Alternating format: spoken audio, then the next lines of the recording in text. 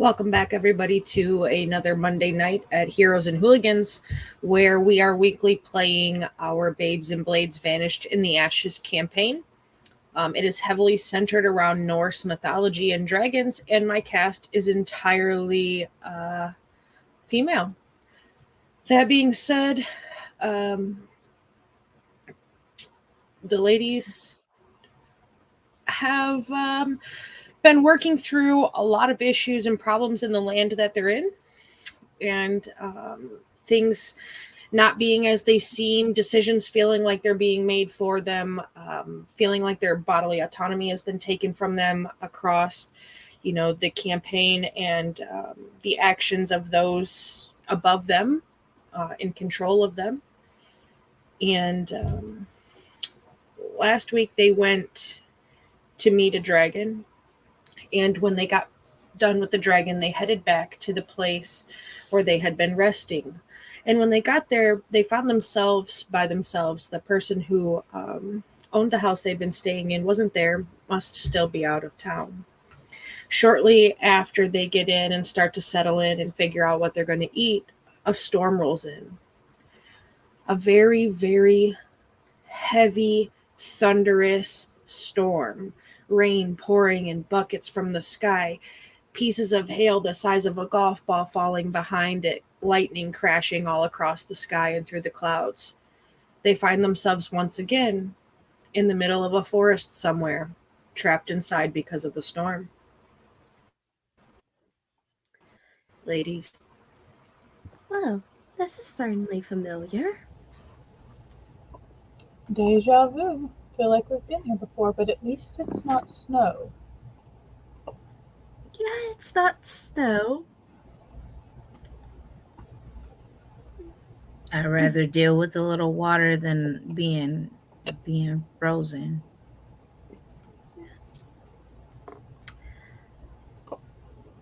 So, since we're stuck here anyway, do we want to talk about the last few hours, or? The last few days have just been insane. Okay, glad someone else was thinking it and it's not just me. Nope, it's been a little crazy. I feel like I've been lost, and then like just trying to figure it out, even my own self, what's been going on. Yeah.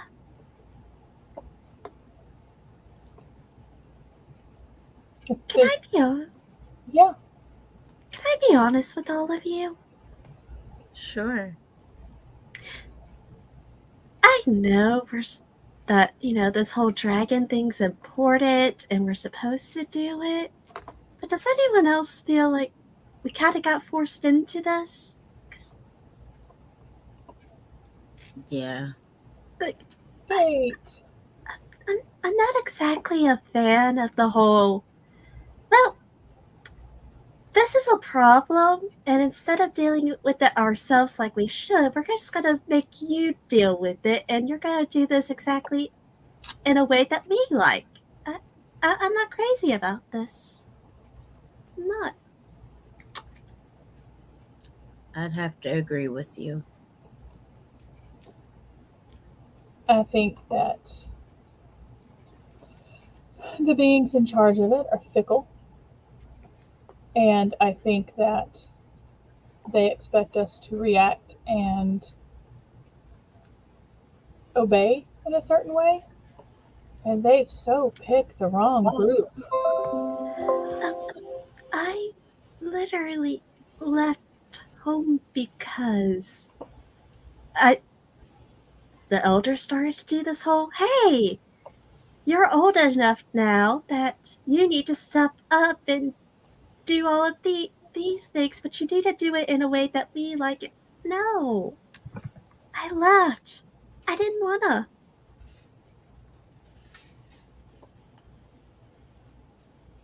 I've already been kicked out once for not following the rules. So I'm not really sure why anyone who has the power to believe that they can effect change in a way that we wouldn't all like thinks I would follow the rules again.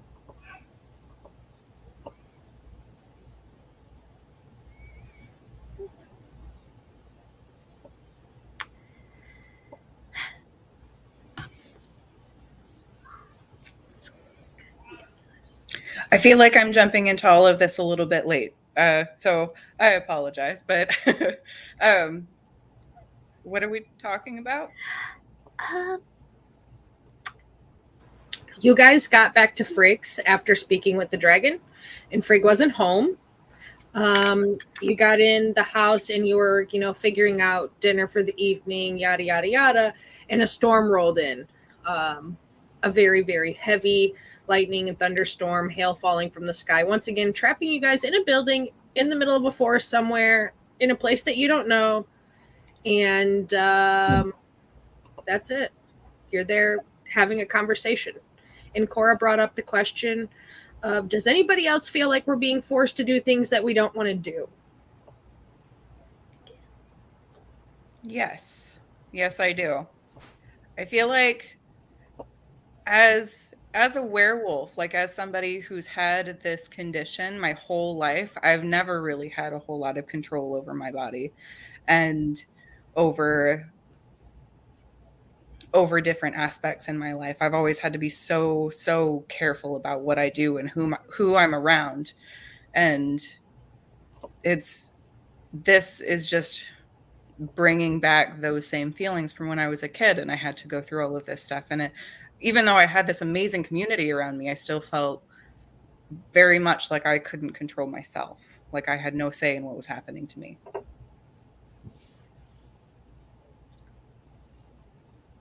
And this feels very familiar.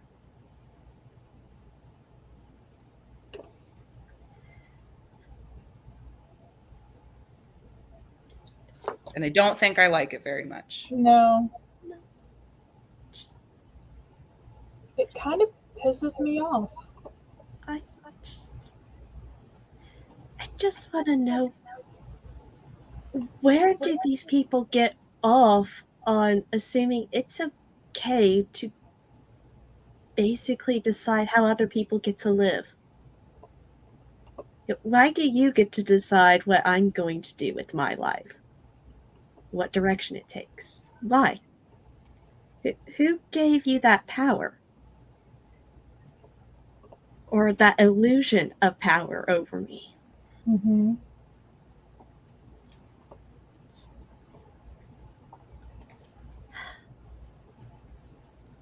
I felt that.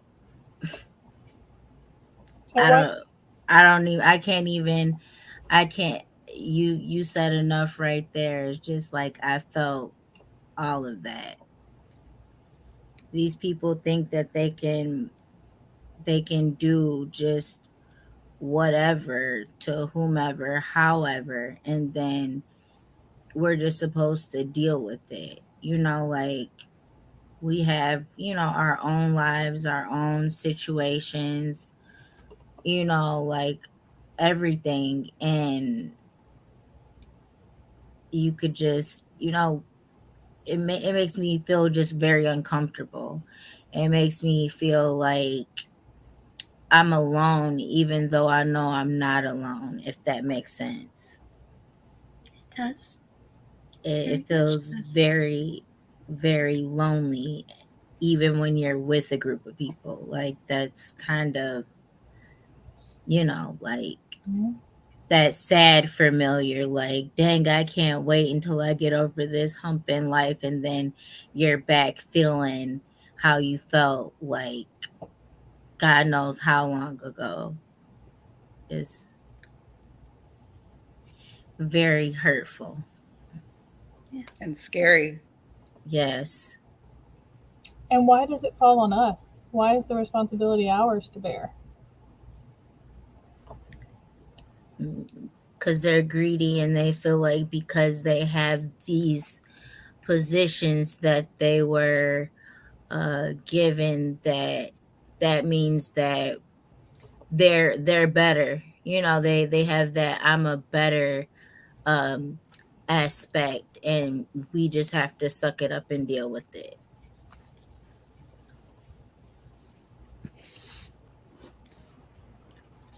At least that's Because kind of how I feel, like how it makes me feel. Mm-hmm.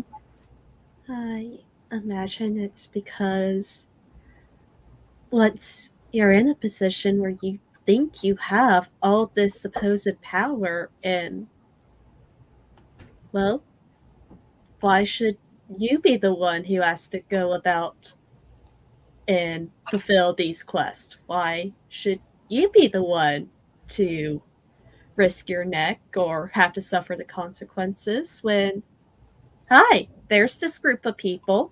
They're not that important, or at least not as important as me, so here you go. Here's a little quest. You go take care of that because I decided this is what you're going to do. And that's kind of bullshit.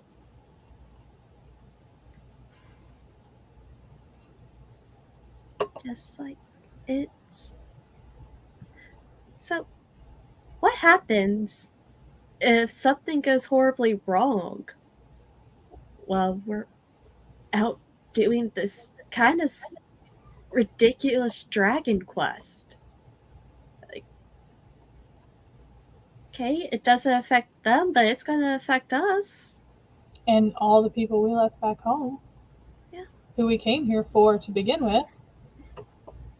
Well, in our time, all of this stuff has already happened, and I mean, as far as am concerned, like it wasn't bad where we came from. There wasn't anything wrong with where we came from. I was happy. I know other people were happy. I don't know. I mean, that's a good point. It's already happened once. You know, people have already dealt with this, and now here we are again in history repeating itself. You hear a soft knock on the door. Hello? Do you open it or just say hello? I'll get up and open it. Okay. You open the door of Saga and you see a cloaked figure standing there in the rain. And he opens his mouth to a voice you very much recognize as somebody you have met along your journey somewhere. Hello, Saga. Nice to see you. May I come in from the rain? Can I tell who it is? You certainly can. You've met him before, trapped in another storm, in another building, in another place, in another time. You son of a bitch. How you doing, buddy? And then I'm just going to let him in because, you know, we've walked this road before. So, Odie walks in the door with Ulfsaga and drops his hood back. And you see a glimmer of emerald green flash through his eyes for a moment when his hood drops back. As he makes his way to sit down near you all around the table, hanging his cloak to dry by the fire.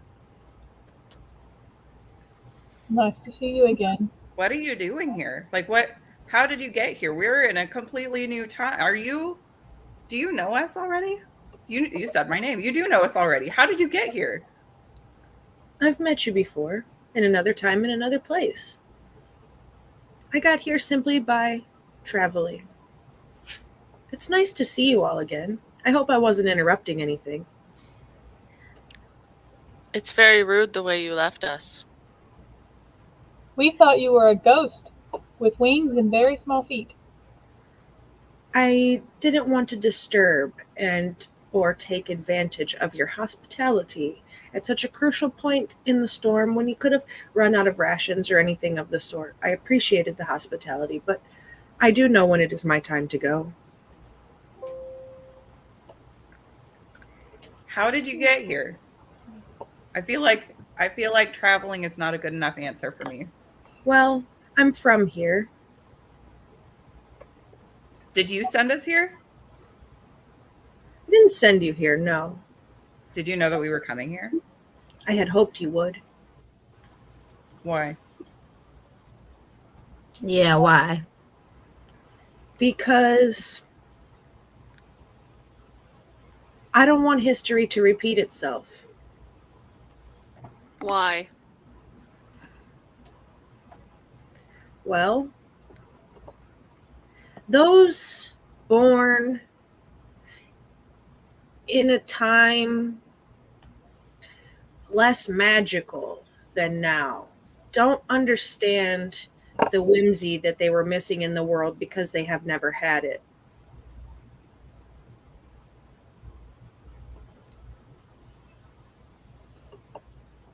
But there is still magic in our time where we come from. I am proof of that. Of course, you're proof of that. I didn't mean magic in the literal term, more in a metaphorical term.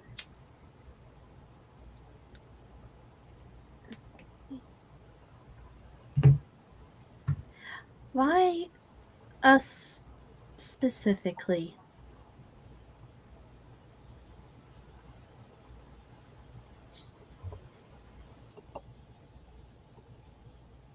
Well,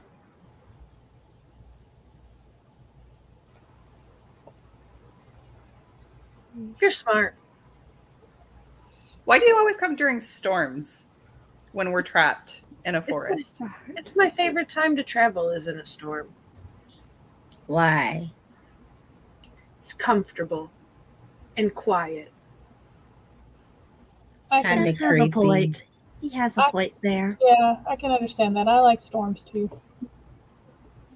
Storms are nice. I can't really argue with that.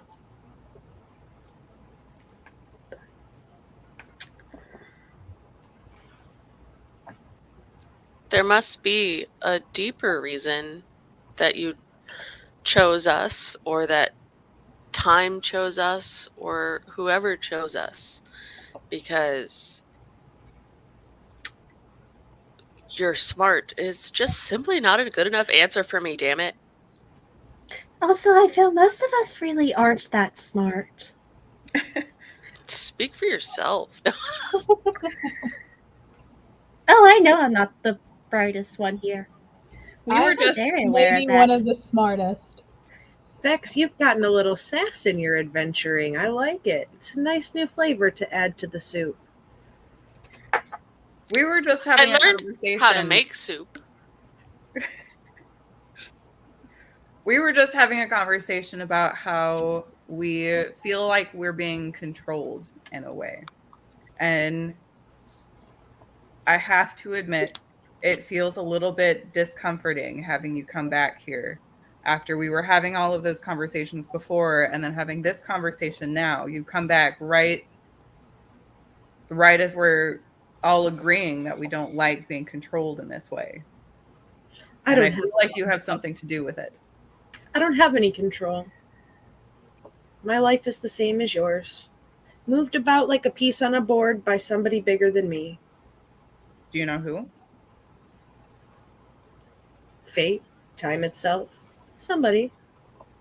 If I knew them, I would punch them in the face because it's obnoxious. Good, good. I'm glad we agree. Adi, do we have a choice? If we wanted to go home, could we? Well, if you could find the magic to do so, of course you could. And Would we be Yes, you- prevented from doing so? No. The choice is always yours. Well, then y'all could have fucking asked if we Mhm. wanted to come here and do this. 'Cause you I probably wouldn't told say you yes. I didn't do it. I just hoped that you would come. And I wanted to meet you. Plus, I like hanging out with you guys. Yeah, we're pretty cool. That's a good point. Did you bring more tea? If you want tea. I think we always want tea. I have a Agreed. specialty. I don't know. Oh. I don't know about no special nothing. It's been some weird stuff going on. I don't got time for that. I'm down for the specialty. Are teas your specialty? in life? Tea. Flying is my specialty, but I'm really good at tea too. You can And fly? I can fly. You know I can fly. Do you have tiny feet? Let me see your feet. I have really big feet when I can fly. Well, that's no good. I want to fly. Right now in the storm? You said you like the Yeah. storm. It's peaceful. I would Well, like to just fly. because I like the storm, but I'm also not covered in fur. No offense. Look, I'm not covered in fur right now. I've been in this swamp long enough that my fur is the least of my concerns. It cannot possibly get worse. It might actually help her to be up there in the water. I'm sure I smell yucky right now. All right, if you insist, we'll fly, but you have to go outside. Okay. All right, I'll go first, and then when I'm ready, I'll holler at you and you come outside with me. Okay. So he goes outside and shuts the door behind him. And he kind of disappears in the trees. And then a few moments later, the ground outside the cottage shakes a little bit. And you hear, "Okay, Vex." I'm going to go open the door and step outside. You see a adult-sized emerald dragon standing outside Frigg's hut. You dick. What? Oh. Have we met him before What? in dragon form? It's Falcor. You bastard. If Pinka were here, she would say the same thing. Falcor, that's a nasty trick. What? You did all of this on purpose, didn't you? This whole thing, it was just a big ruse. Well, no. It's not your fault, but goddamn. I didn't do it. I said, I don't have control. Obviously, if I had control, we wouldn't be here.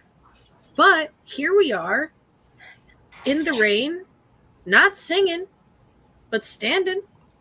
And I don't have a Technicolor raincoat to keep me from getting my scales wet. You know what that is? That's karma. Mhm. Mhm. He's channeling Finka so bad right now. I'm just saying, I'm not as bad as you think I am. I'd like to fly now, Falcor. I feel free in the air. She deserves it. You want to get in the basket or do you want to ride on my back? I want to ride on your back. Yeah, that's usually what she says. I've done the basket before. I want to feel the wind between my toes. And beneath your wings. Yeah, I don't have wings, Falcor. You can hold your arms out like they're wings and pretend. Okay, but then how would I hold on to you? We Good. have rope. We have rope. I would hold on. Just Ulf Saga is being attacked by something. Sorry. Before we started the game, there was water balloons, and somebody is threatening me with one. I apologize. That's why I muted myself. I'm sorry. No, it was No, it's just really funny. It's pretty amusing watching you. He thinks bat it's your funny hands. too. If that makes you guys feel better. I wanted to make sure it wasn't like a spider and we didn't have to come burn your house down. Nope, it's a water balloon. I don't know if that's better or worse. Tell him that the only thing getting him cut faster than not doing the dishes when you ask him to is fucking with you when you're playing D&D with your lady friends. Tell me yourself. Oh, I'm saying. Ooh, You know what? Oh. ooh. Sir. Don't start none, won't be none. I Sir, may too look much. like Becky with the good hair, But I promise you, I'm actually Monique with the good hair on the inside. I will tear some shit up, sir. I'm I tiny, think you but I will scared him fight off. We're you. good. Good. Okay. All Anyways, right, now dragon I can I'm enjoy, riding. sorry about that. No, you're fine. You're fine. now Dragon I can enjoy riding. my flight. Yeah, but we have rope. I could just kind of tie you, because then you won't. Then you don't have to hold on. Right. And then you could fly like an eagle, but not into the sea. Eagle. I'm not sure that I want to be like rope strapped to Falcor. What if he does a barrel roll? Maybe you won't get fall off that way. All right, fine. I guess we're tying Vex to Falcor now. Didn't think we needed to bring rope into this relationship. Well, Wolf Saga isn't one to kink shame. Vex, do you consent to being tied up on my back? I do, because consent is important. Yes. Cora, I could teach you how to tie some really pretty knot work while you're back there. You want me to? yeah. All right. So if you wrap the rope this way, and he does a motion with his hand, like with his dragon leg. If you wrap it this way, Uh-huh. and then you pull it tight right here, and then you bring it around over here, and then wrap it again, and then you wrap it right there. You could tie it in the middle to look like a bow, but you'll still be secure. This was great. You could even suspend her in the air if you were into that sort of thing.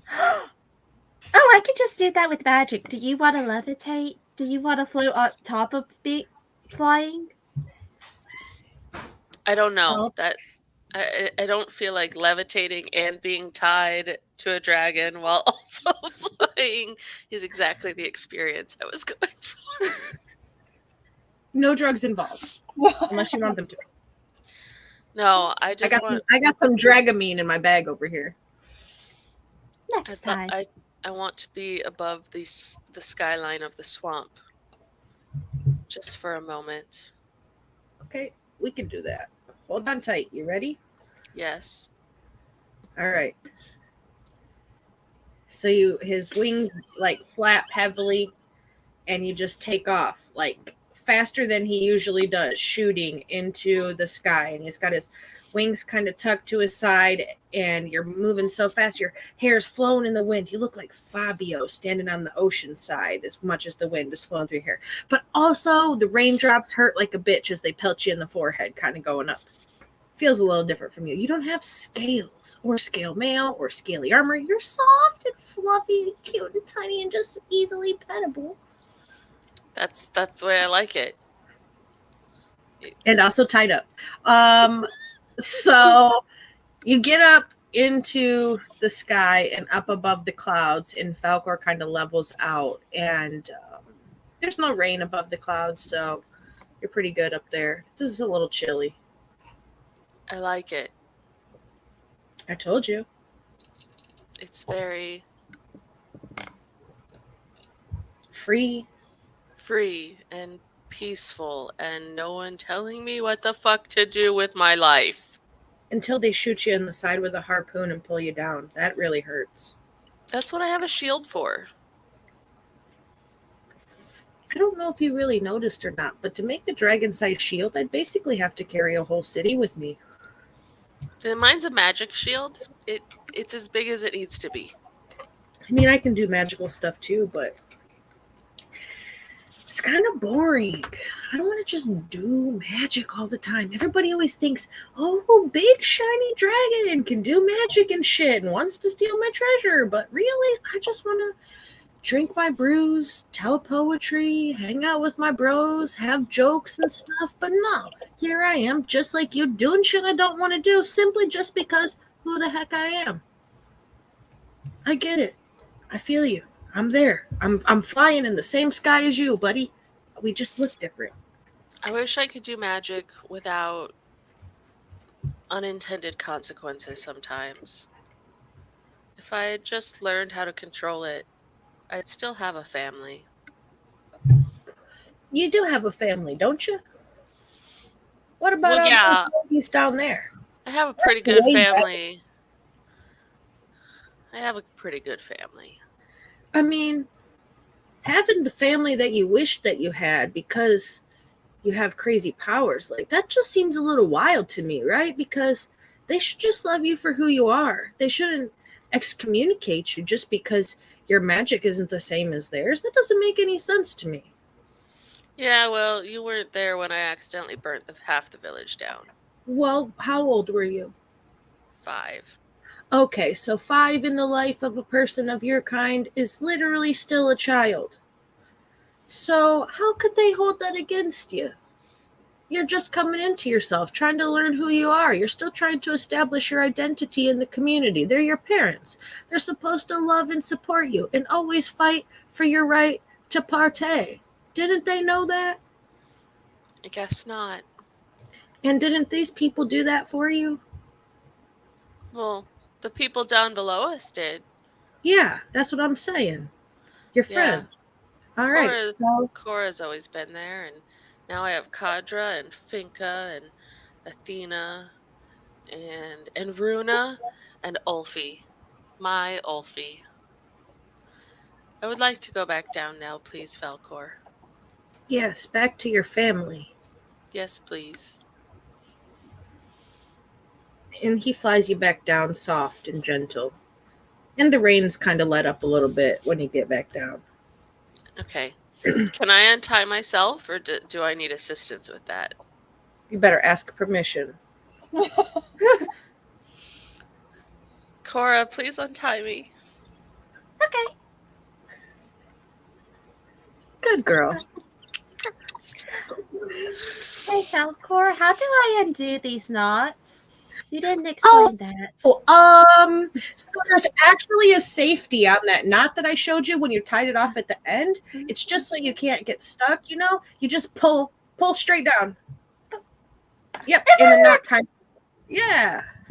It works. It just looks really pretty, but it's really a safety feature. And to have really sharp talons, I could cut the rope if it becomes an issue. So before I fully return to my family, I hop down and I walk around to Falcor's gigantic dragon head. And if he's not already low enough for me, I'm going to like motion him down. And I will give him a peck on the like forehead, like right here, Oh. and say thank you, Falcor. If dragons could blush, his scales would be pink. That was the best flight ever. But I'm glad I'm back with the people that are always there for me.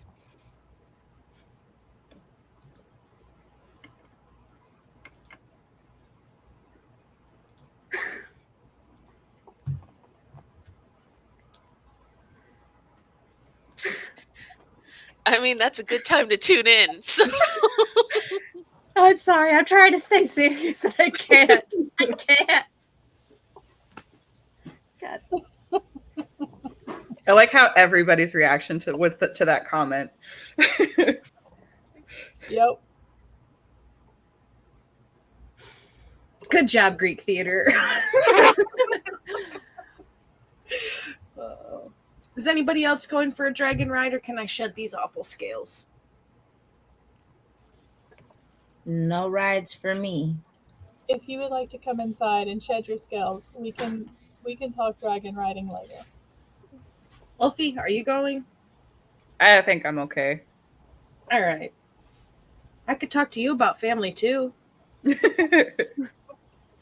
I have a pretty good family, actually. I've got a couple good families. Good. Apparently, Good. so all right. Yeah, I'll see you guys inside. It's the descaling process can be a little bit interesting. Plus, I need to cover my manhood because I don't need anybody to see it. It's not as impressive. It's not as impressive as my wings, I promise. I mean, if it's half as impressive as those wings. Oh, don't worry, Falcor. It's never impressive. No matter what a guy says, it's almost never impressive. It's always a letdown. I resemble that statement.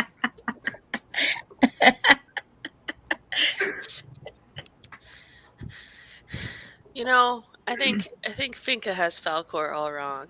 He's a pretty good listener. Agreed. I think he's gonna win her over eventually. I hope so. You hear Look- Falcor shout from the trees, "You think I can?" Yeah, I think so. And he comes walking Why out not? in his cloak. She's Covered. just prickly sometimes. Yeah, she makes the basket a little bit heavier with all that negative attitude around her. She's You just just gotta very keep shy her and leave doesn't alone. know how to interact with people. That's all. Or dragons. I I think never she bet secretly she's actually kind of a teddy bear. She just doesn't. She just has that prickly exterior. Yes, exactly. I never Nobody met a can shy know. person that talks so much. Just saying. Anyways, yeah, we should go inside. How about some soup? I can Vex make makes soup. Great soup. Soup is good. Soup is very good. I'm gonna hop on over to the kitchen, and this is gonna be very carrot heavy because it's. 'cause I don't think we Not have because any. you're a rabbit, but because it's I can That- make good berries. That's about all I can do to help here. Well, we don't have any more of our special meat, I don't think. And yeah. Do we want mushrooms? I can find mushrooms. Oh, but as long as they're not the ones that are like sentient, you gotta be careful. Some of these mushrooms are kind of, I think, Frigg's friends. or the ones that make us drunk. I can be careful. I'll be back. Okay, and I'm gonna start making all of the other stuff for the soup. I'll go wander off with Cora and make sure that she's going to be okay. That's probably a good idea because You're in. Yes. she probably can register this is a mushroom. I don't know if it looks like it's a safe mushroom, but I know it's a mushroom. I will assist Vex. I mean, I guess as long as the mushroom doesn't talk to us, it's probably okay, right? Probably. Yeah, what's the worst that could happen? You know what? I don't see what could possibly go wrong. You're right. Definitely Yeah. nothing. Everything is going to be fine. We're going to find all of the non-talking mushrooms, It's not like and we're people. not going to get poisoned. It's not like actions have consequences at all. Looking at you, America. Looking at you. Just make sure that you ask each mushroom if it's okay to pick it before you do. Of course, it- we are not monsters here. If it doesn't answer, then I think it's safe to assume it's not sentient. Well, you could find a patch of unsentient mushrooms off to the side of the cottage, right near. She's got a garden outside the house, and you see she's got like a compost pile. And next to the compost pile, she's got like a little section where she like rolls some of that over to feed her mushrooms.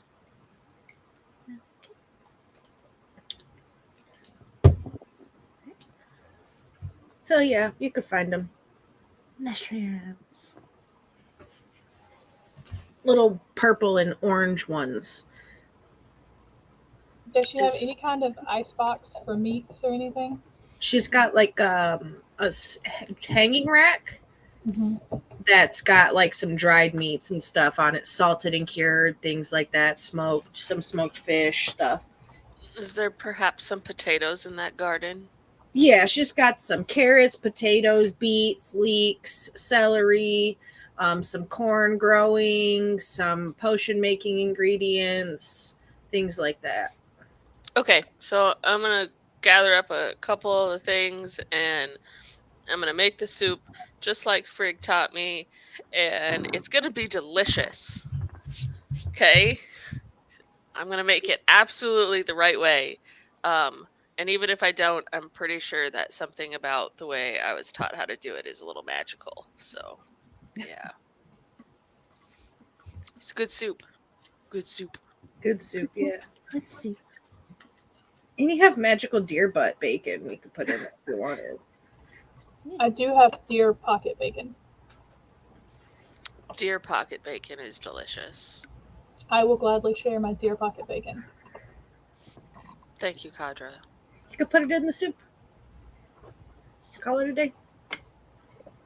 All right, so I make soup with Kadra's help and with the veggies from the garden that Cora and Olsaga bring in, and then I serve it in small bowls to everyone, except for our friends that are passed out in the corner for some reason.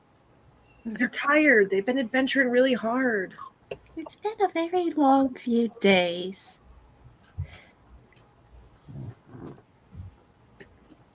It's true. But they're missing out on good soup, so that's their loss. Good Good soup. soup.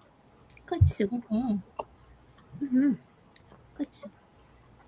You did an excellent job, Bex. Yeah, this is really good. This is the best soup I ever had. Who taught you how to make it? Frig. Delicious. I like the little shapes you cut into the veggies. They look like flowers and stuff. It's real nice. I like to be fancy. Ah, yeah. I always knew you were fancy. Hey, say you don't tell anybody that it's me that looks like this, yeah? Why would we? Why? I'm not sure anyone would believe us. Good point. They wouldn't expect me to be this handsome in both of my forms. I love him. Cora's gonna look to the others. Is he handsome? I don't actually know. Gorgeous. 6 feet tall and super strong. We'd always get along, Cora. Don't worry. Well, I can't see. I have to go off of your personality, and you have a very lovely personality, but I don't know if you're actually attractive. So I I must mean, double check. you could go fill up his face with consent and imagine. That's a myth. That is a myth. It does not work. Why do people think that's a thing? It's not. I mean, I would use that excuse if it were somebody I didn't like. Here, let me see what you feel like, smack. You know, I think his personality is the only thing he needs to be attractive. Oh, listen to you, as if these muscles weren't an influence on that. Nah. I'm sorry, Falcor, you have too many scales and not enough fur for me. Oh, you want fur? I can do that too. I prefer my scales. I usually wear the skin suit, but I could put on a fursuit if you want. Could do a fox, could do a cat, mostly a fox and a cat. If you become a fox, what do you say? Ra cha cha cha cha cha cha.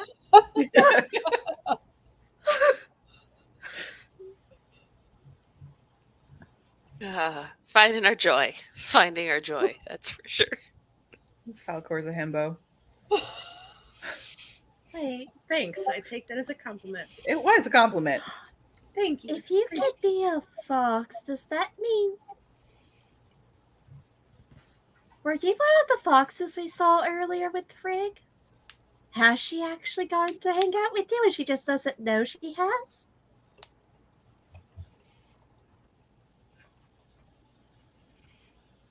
Oh, were you talking to me? I'm sorry, I had a mouthful of soup and I didn't hear you. My ears don't work when I'm chewing because I got all these teeth in here. They don't kind of go away when I change forms, and I didn't really hear what you said. They don't go Hey. away. Well, see? That is quite a lot Oh. of teeth. Okay. And I That should is. know. That was I impressive. I picked a piece of food out of a dragon's mouth recently. You did what? That's insane. Who puts their hand in a dragon's mouth? I do. I do. Yes. She's got those magic fingers. Why wouldn't you? Why wouldn't you put your hand in a dragon's mouth? Don't Why worry, not? Falcor. I was safe. I used protection. I used my magic hand. You know what? I don't preach abstinence into Dragon's Mouth, just safe entry into Dragon's Mouth. And Magical Hand seems to be safe entry. So I'm super proud of you, Vex. You are growing in so many ways. So many ways. Yeah, I used my magic and nothing crazy happened, so that was kind of cool. Magic's all right sometimes, I suppose. I can do a little bit here or there. But yeah, I did. I got a bone out of his teeth, and then he was really happy with us, and agreed to come meet Frigg.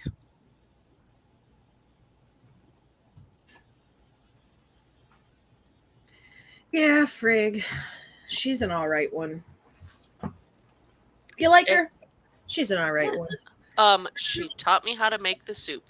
Yeah, I'm not a really huge fan of some of these humans. They're kind of dicks. Did you know that some of these humans think that they're better than other humans and they get to tell them what to do?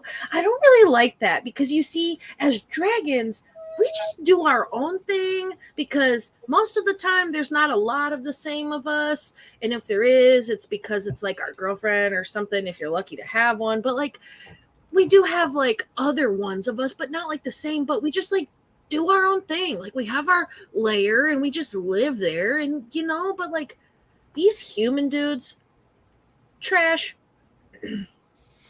I miss my home alone in the forest where no one bothered me and only Cora came to visit. Although now I'd have to say that all my other new family could come visit me too. Yay. I like the forest. I would come visit you in the forest. I'm not sure you'd fit in my glade unless you were in human form.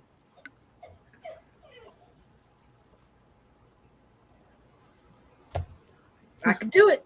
I could Does even it hurt to be in human form for long? not really hurts. It's just like itchy, You ever get something like in the middle of your back and your arms just feel like they're not long enough to reach it? Like you got a really big head but really small arms? That's kind of what it feels like. Okay.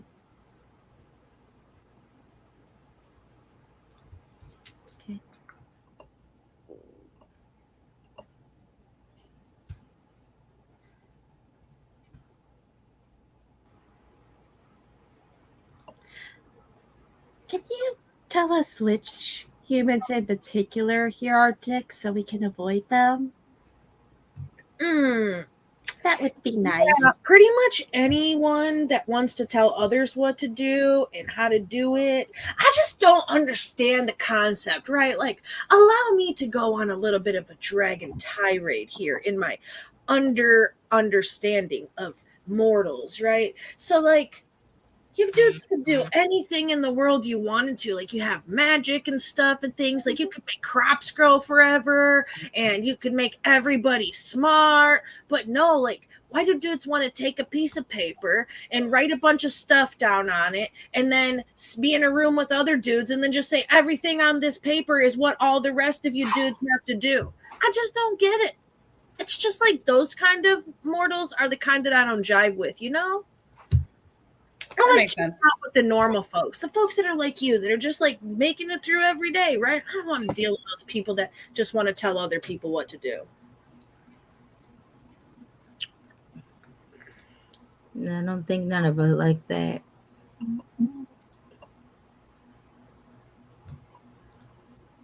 It's just really insane to me. You know what I mean? Like, I'm friends with you, and I could look like a people, and nobody would know that I was a dragon if I didn't tell them, as long as I went to sleep and redid magical stuff, right? But like, I just never thought when I was being a human, like, I want to tell all these other humans what they can and cannot do. I just never thought like that.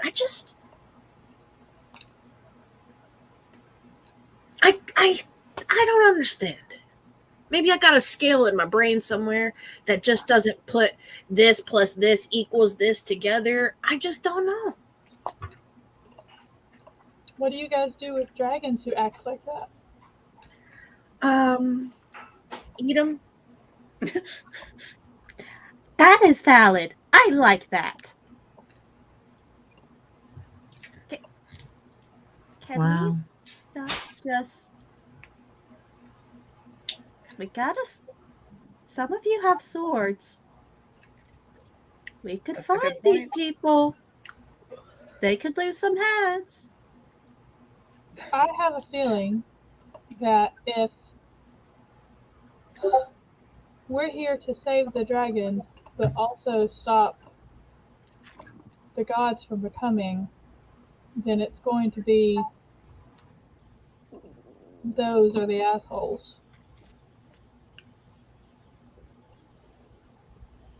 And that might cause problems down the road.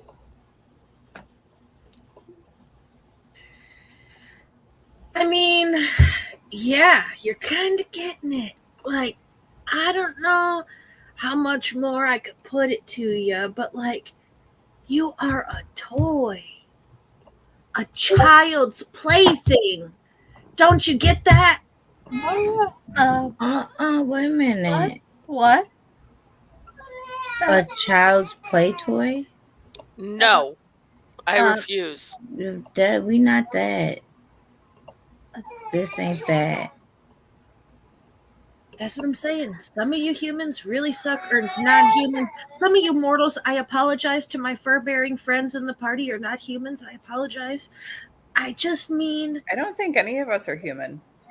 even if you're not, the mortals, you're kind of folks.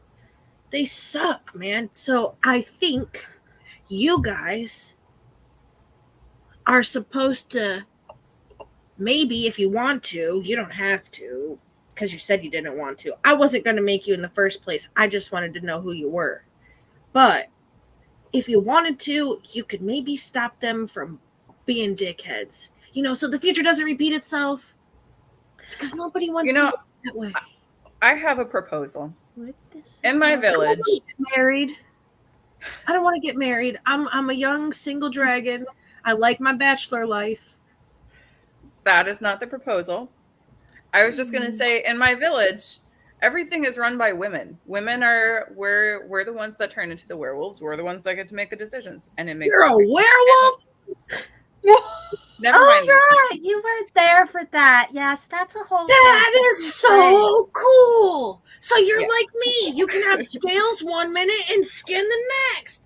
Dude, I knew we were always going to be friends. Except for werewolves don't have scales. I don't have scales. I It's have fur. fur. But that's scales would you be can cooler. turn into a fox. It would be So- cooler if you were like a were lizard, but I'll be okay with the wolf. Ulfie, show him. I want to see Wolfie. Wolfie.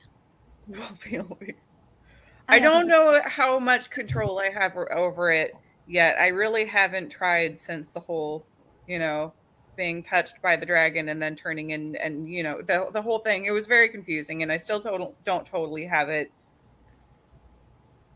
figured out yet. Well, but when I you think do, I'm a lot closer to it than I was previously, so that's good. I But mean, anyway, I hugged you. That's beside the point. What I was saying is that the women in my village are the ones that turn into the werewolves. The women are the ones in my village that run everything. And, we have a very happy, healthy, prosperous society. So what if men just don't make decisions anymore? Girls run the world. Yeah. I mean, it like really it. is mostly the testicular ones of the mortals that really be irritating AF. I know I'm a testicular one too. I know. I get it. But I don't think that everything with testicles is intelligent life forms. Actually, most of them subpar. But agreed.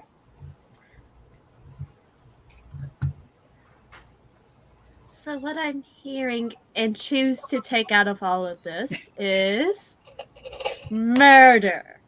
We need to murder the dicks. This is what I am getting out of all of this. This is what I'm choosing to take away. I feel like I'm picking up a lot of those same vibes from this conversation. Yes. Who should we start with? Look, listen, no. Let's back up. Now, as much as I can agree with you, the ignorance that comes behind being a testicular mortal. I'm not encouraging bloodshed. No. What I'm encouraging is proper communications, maybe interference in delegations, rewriting of certain contractual items, making sure that other things are set in stone from the very beginning instead of just a clause of if this, then that. Solidifying the rights of all mortals in the future and not just at the current time. That's fair and all very good and valid points. But I am still disappointed we cannot bring a guillotine into this now. I was very excited in my No, he was giving us advice. That does not necessarily mean we have to take this advice. A guillotine is still an option. Just saying. Yes. It's the backup plan. It just feels like a guillotine would be really difficult to carry around. That's true. That's a good point. I mean, Kadra is like a walking guillotine, so I mean, we could just let her do all the work. I'm fine with that. Yeah. I like mean, to swing my sword. but then what happens, right? Okay, so let me pose you a question. Okay. So we've already established testicular idiocracies, right? Mhm.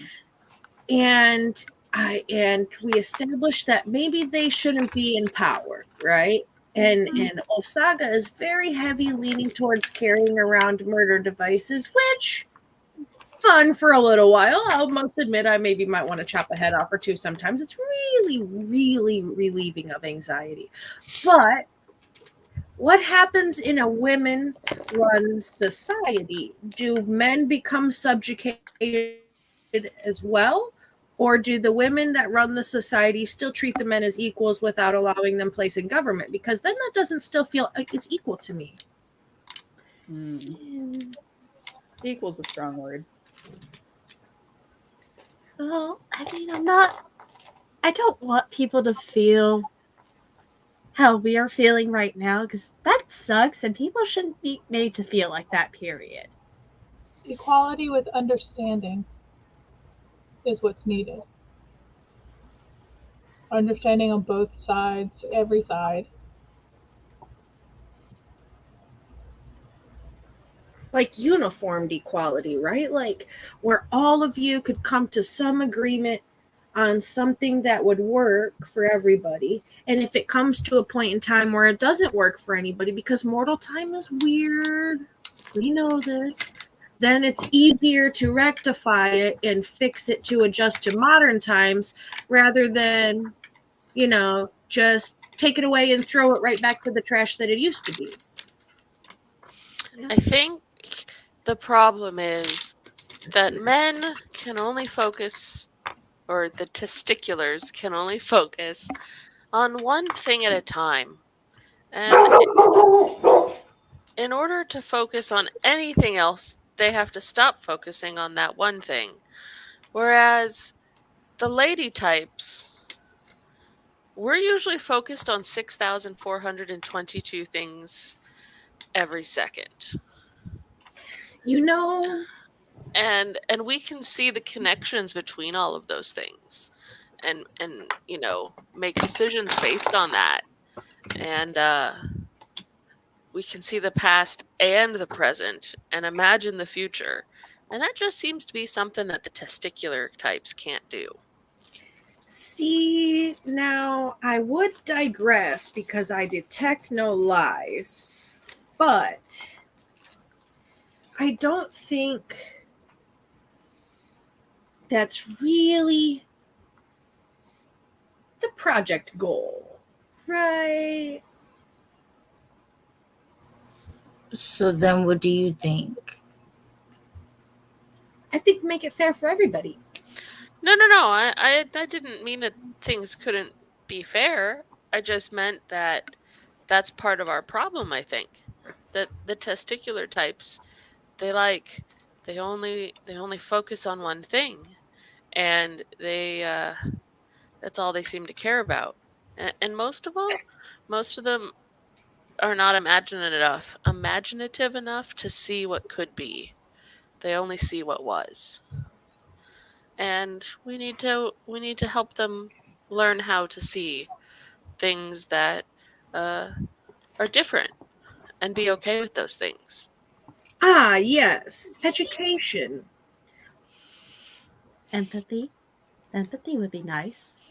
Mm. Who's to say that understanding and having empathy couldn't be something that could be an educational tool? I once heard about this like weapon that if you shot it at someone, it made them feel exactly how you feel. So, like an empathy gun. Maybe we just need to shoot all of the testiculars and make them feel like women for a second. Valid. Maybe that's a magical development in your future, Vex. Smart brain you have.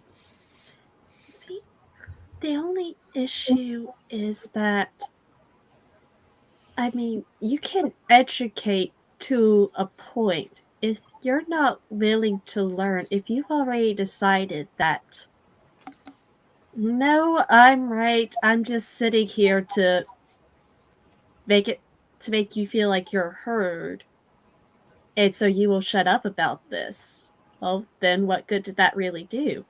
You didn't actually learn anything. You were just humoring us at best.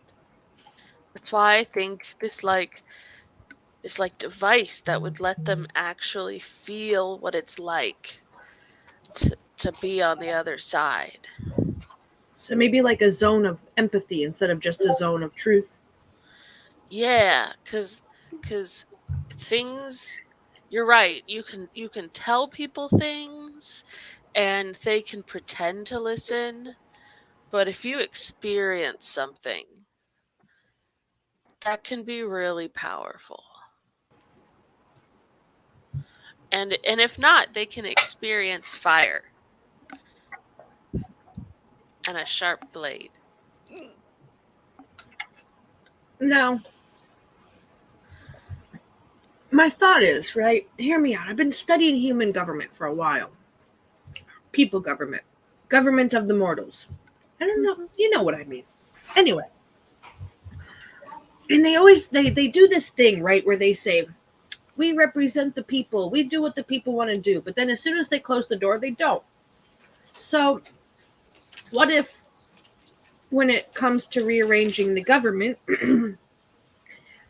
maybe whenever you help them do that, if you decide to help them do that, since you still didn't say you wanted to, but if you do under your consent decide to help them do that, then you could put some rules in there, right, where the people's votes actually matter to choose their representatives. No ifs, ands, or buts about it.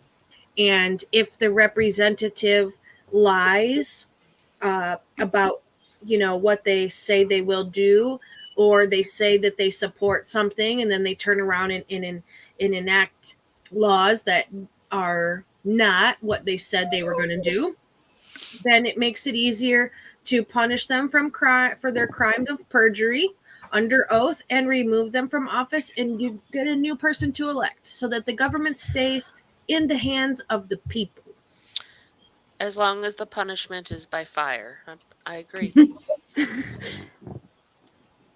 Why not make it by lightning? That's more fun. But the pain of fire lasts longer.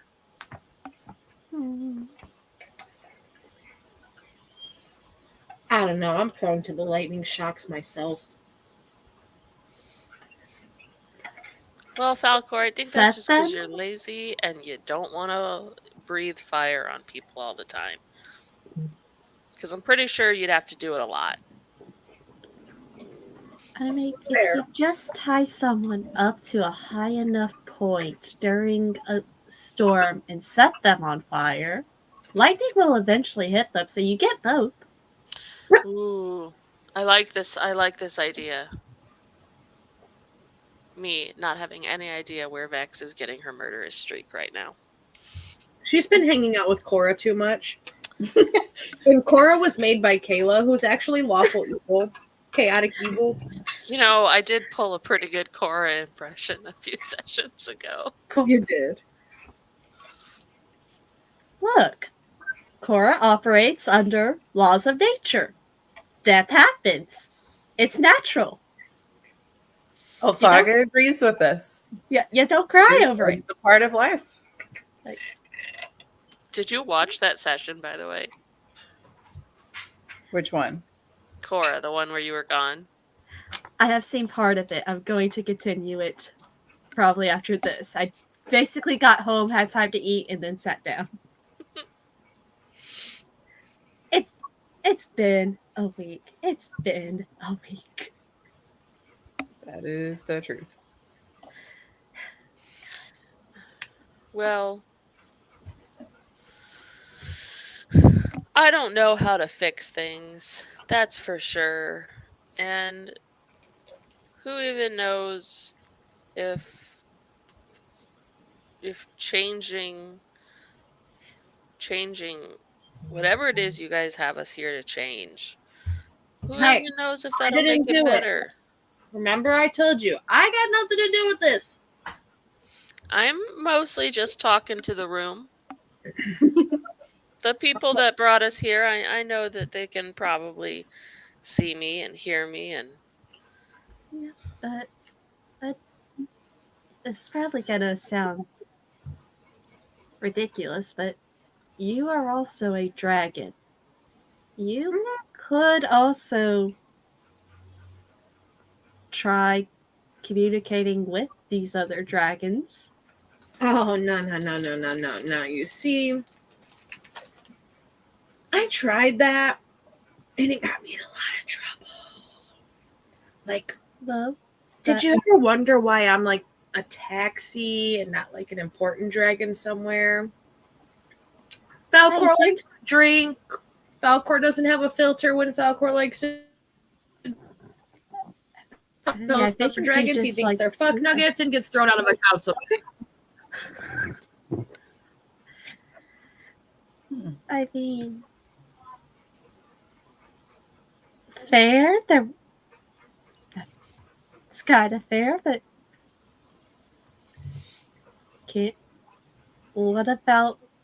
Don't you know other dragons who also have the same opinion? Who haven't been kicked out yet? Well, you see, I like to think of myself as a bit of a ladies' man, you know. Not, you know, you guys are my friends. I'm strictly dragonly, sorry.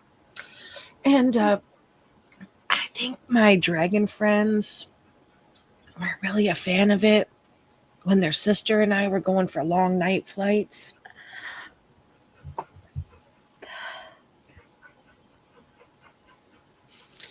What's a young emerald dragon to do when a sapphire dragon flits her tail in the moonlight? I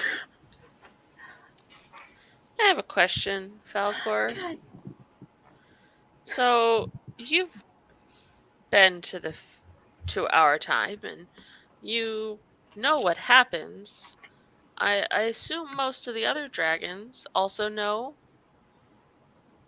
or are you just special? No, actually they don't. And that's why I can't tell them. And why do you know? I made friends with the Sphinx. Hey, we met a Sphinx recently. Young Sphinxes will tell you anything you want to know if you play their games. We learned that. Although, you know. And yeah, I got really drunk one night and I was flying and I crashed and I landed in this like really sandy, shitty place. And this young Sphinx found me and she kind of helped me fix my wing a little bit. And we were just sitting there talking and stuff. And she said nobody ever really wanted to play her game. So I just decided I'd play her game with her. And I just decided I'd ask about the future of dragons. Because why doesn't a dragon want to know what their future is looking like? And I got a less than savory answer. What happens? Well, you know. Is there dragons where you come from? None Maybe like they're in you. hiding. I don't know. That's Cora's got a good point. Just I because am not a dragon expert. we They have die. drakes, those We are like die. All of us. We die. Everyone dies.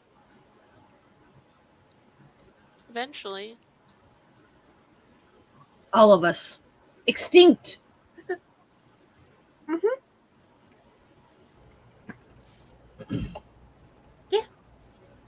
That's what happens. I like that idea. I don't want to be extinct. I'm supposed to live a long life. They tell you when you first come out of the shell, when you're hatching from your egg and you're a young dragonling and they're raising you up in the brood, they tell you, "Oh, you're going to go far, little dragon. You're going to grow to be a great old dragon and you're going to live a very long and ancient life and dragons are just great and they just pump you full of all of this shit." That's just what it is. Shit, because we're all going to die. I don't want to die. Not like that. What if you die as an old ancient dragon? Well, you see, yeah, I would appreciate that. But the way things are kind of lined up right now, I kind of don't get that option because of the mortals, you know? Like, my right to a free, long life is kind of being taken away, the same kind of yours. That's why we're friends. That's why we get along, you know? This is really good soup. Everyone should have the right to choose. Yeah.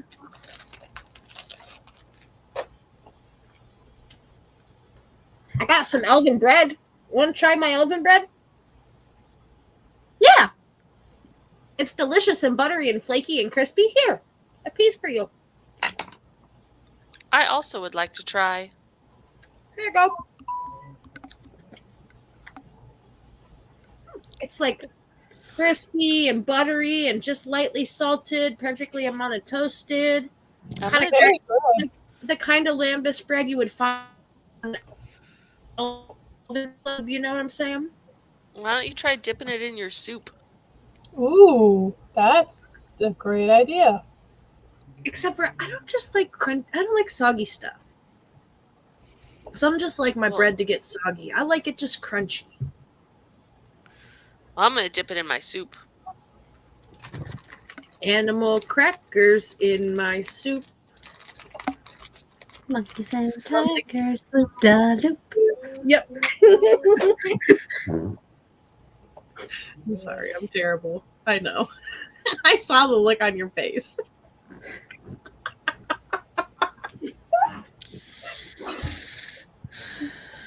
Falcor's my favorite NPC because he's just a smartass all the time. But anyway, good soup, good talks, good stuff. I gotta go do some dragon shit. Mostly Dragon shit. dragon shit. Yeah. But Is it drinking dragon meat? Are you going off to drink dragon meat without us? You can tell us the truth. I think he actually might be going off to take a dragon shit. if a dragon shits in the woods, does anybody know about it? Oh, I'm Okay, sure everybody legitimate- knows about it. Legitimate question. If you're flying through the air and you have to go, do you just let it out? And how far does it travel? I'm a dragon, not a bird. Right, but I mean, have you ever? No.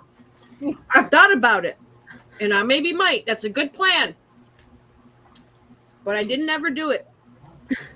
I'm But just you- saying, if we get to the end of this and we have to take out some human wannabe gods, can we say flaming dragon shit raining down from above? We can actually set it on fire. We can do that. Whenever it comes to the point of having to do all of that, you could call me Nicki Minaj and I'll be shitting on them. Okay? Okay. Who's Nicki Minaj? Famous dragon. Famous dragon. Best tail dancer you could see back in my young days. I went to school with her. You know, dragon school? Oh, I don't watch shows like that. What's dragon school like? You know, like school but for dragons. How old are you? It's not polite to ask people their age or ladies. Why? Anyways, it's just not polite. I'm Why? still curious. That's Because not I'm gonna still- that's not gonna make me not ask the question. I'm still a young dragon. Anyways, Kind is good relative. soup. Gotta get out. Have a good night. Goodbye. Bye. Bye. Bye. He like avoids telling you how old he is and skips out the door. I'm gonna find out. We always find out. It's because you're women. Yes. So make it easy and just tell us now instead of everything you're gonna have to go through and you're gone. You're gone. He's gone. He has to know that that's going to be our first and last question every time we see him from now on, though. Yep. I gotta know.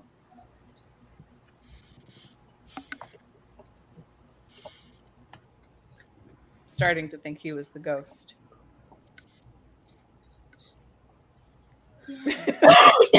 There was no ghost. There was a ghost. There wasn't.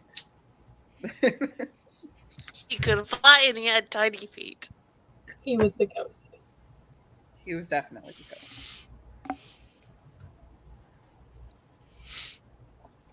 You're not was taking no- this from us. You're There not was taking no- this from us. There was no ghost. I wrote the campaign.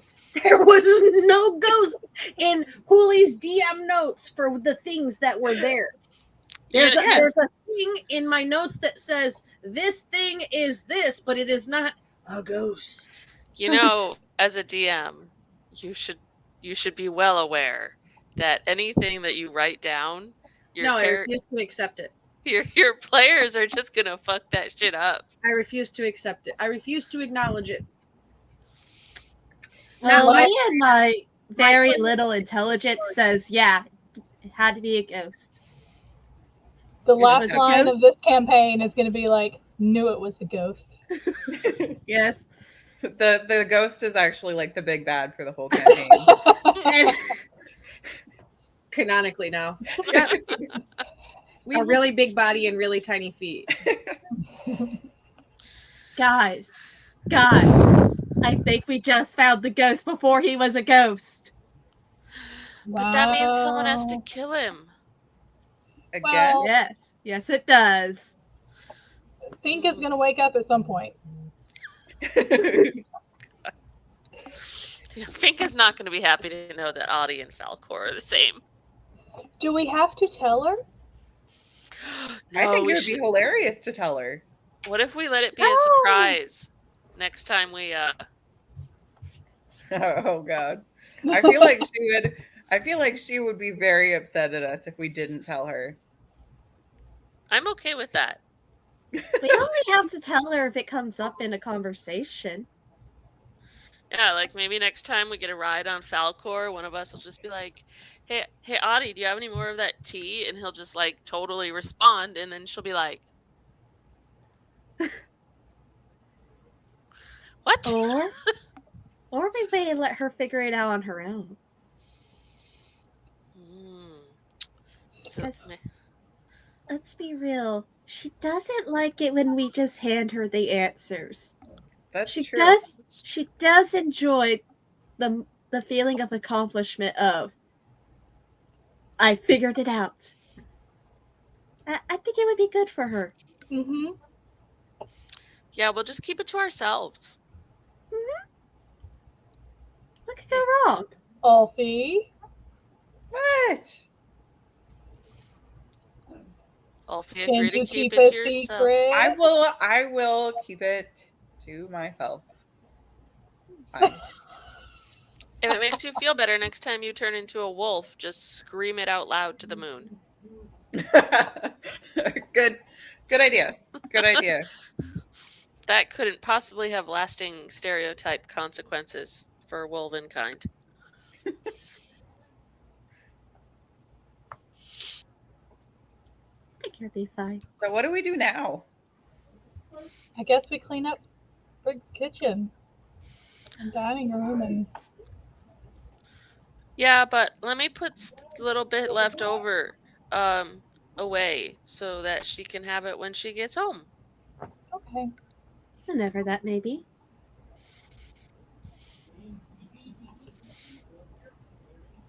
I wonder when she's coming home. If she's not, if it's not soon, she's gonna miss meeting her dragon boy. I like to imagine that they've run into each other in a field of wildflowers and are talking amongst themselves.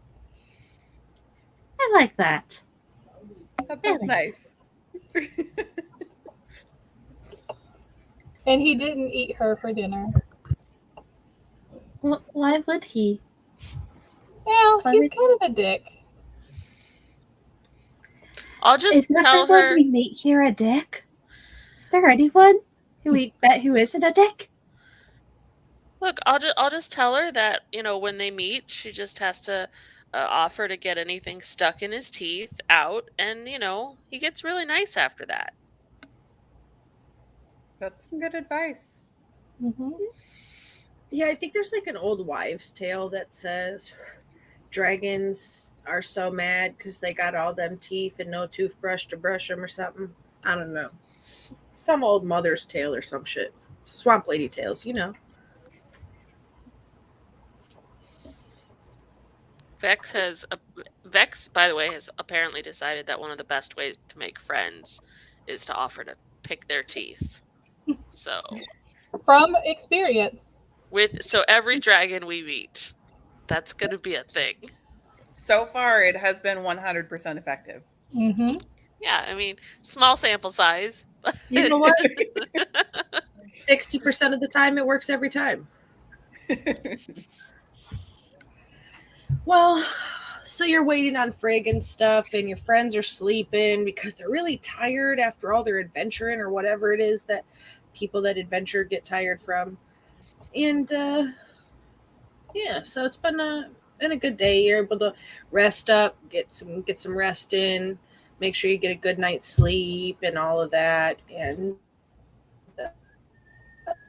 find out next week where Frigg is, or if she's coming back, and all of that stuff. Alrighty. And normally right now I would roll credits and say we're going to go do an after show, but we're not going to do an after show today. We're just going to talk about it right here, right now, because we need to talk about it all the time, forever, and the rest of ever. You know? Yeah. Yeah. Yeah. So, I'm going to play a moment of silence in between us transitioning from campaign to post campaign conversation. And then we're going to talk about it. Magic?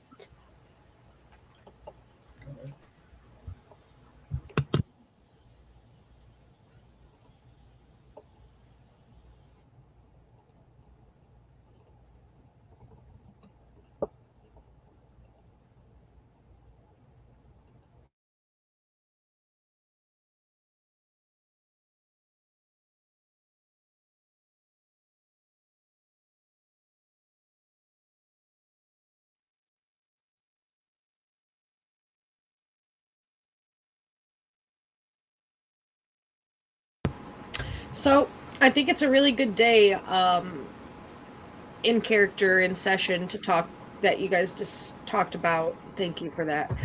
Talking about your feelings that you had been expressing in character for the last few sessions about feeling like essentially your body autonomy had been taken from you and decisions were being made for you. And our fucking shit ass government is doing the same dumb shit in the fucking real world. So it was just a really good chance to have an in character moment conversation about the same shit that we're dealing with IRL in a campaign full of people who have a uterus. Yeah. Because I'm angry. I'm very angry. I'm fucking mad. I'm fucking mad. Hey, I'm still on murder's an option. Yeah, murder fascist. I feel just with everything that's going on, it still feels really surreal to me. Like it just for like a combination of things. Like as a nurse, and I feel extremely fortunate to be living where I am. I live in Oregon, where we're like one of the few states that are like we allow abortion, and we're allowing and we're like expanding on the laws to protect it and to protect people that have to come here for it. And I just like it's still so surreal to me that like anything like that could happen. And like I've seen on like TikTok and stuff of nurses coming forward about new policies that their hospitals are implementing and stuff that started right after. And it's just like it happened so fast. But I don't know. It's just I'm so angry. I can't imagine how it feels as a healthcare professional, somebody who swore to always provide the best healthcare options possible for all people, anything that was life saving, right? And now you're being put in a position that providing life saving procedures for women is something that could penalize you in the fucking eyes of the law. Lucky you're in a state that hasn't, right? But there are several states that have. My state, right before stream started, I got the notification on my phone that they passed the heartbeat law here. So like it's saying up to 20 weeks, you have to abort as long as it's for health of the mother, rape, incest, something like that. It can't be for any reason. It's got to be for specific reasons. But after 20 weeks, who knows? And it's like, well, at what point does the health of one person outweigh the health of a fetus? You know, it's they passed it, and it's insane. I just want everyone to have the right to choose. I mean, Right. I think if your personal belief system, regardless of what that is, tells you not to do that, you know what I mean? That's on you. That's your choice. But don't ever put that on me. Mm-hmm. And it that's the big thing for me, because I mean, and again, if anyone who saw our stream from yesterday, um because I can't go into it again. I can't. I'll cry again. But I am very privileged that I was allowed to make that choice for myself. And I cannot imagine what it must feel like to be in a situation where you don't have that choice. And the choice I made is not right for everybody, but the fact that it was my choice is everyone deserves that right. It is a basic human right to be able to choose what to do with your own body. And if you don't own your own body, you don't own anything. Yep. Exactly. Um, I've been posting a lot of things on Facebook lately, and I reposted an RBG quote that is so important about that, about bodily autonomy. And I basically said, like, if the United States government is going to treat me like cattle, then they damn well better prepare better. um there's a word I'm trying to think of. They better provide for me as a farmer would for his cattle. Like, I don't have any rights, fine, but I better have rent and utilities covered and food covered and everything else covered for the rest of my life, because if I'm not a human being, then I shouldn't have to pay taxes and do all those other things that human beings are required to do, because why do I need to do that if I'm not in charge of what happens to me? And then of course I Mm-hmm. had to actually put a footnote that said, for those of you that don't understand sarcasm, this is hyperbole, get your head out of your ass. no woman actually wants that. We just want to be like equal and in charge of our own destinies. And it's very disconcerting that there is such a large portion of people that think that this is okay and that are celebrating this. Let's talk about it a little deeper, right? As we're talking about the rights part of it, and being able to choose things, right?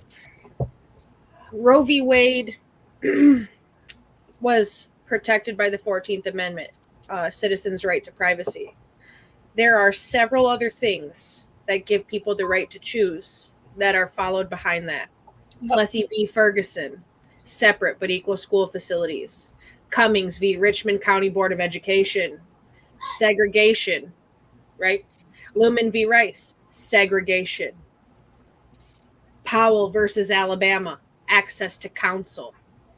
Smith versus Allwright, race-based exclusion in political party primaries held unconstitutional. Shelley v. Kramer, restrictive covenants. Sweat v. Painter, segregated law schools in Texas. McLaren versus the Oklahoma State Regents, prohibited racial unfriendly practices within state graduate programs.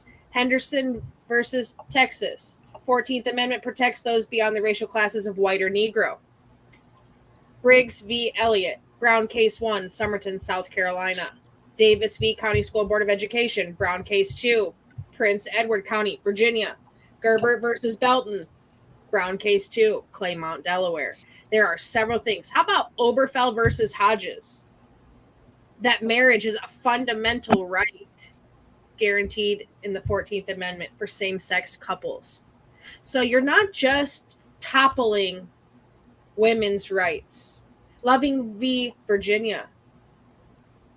That's another one that is interracial marriages. Loving v.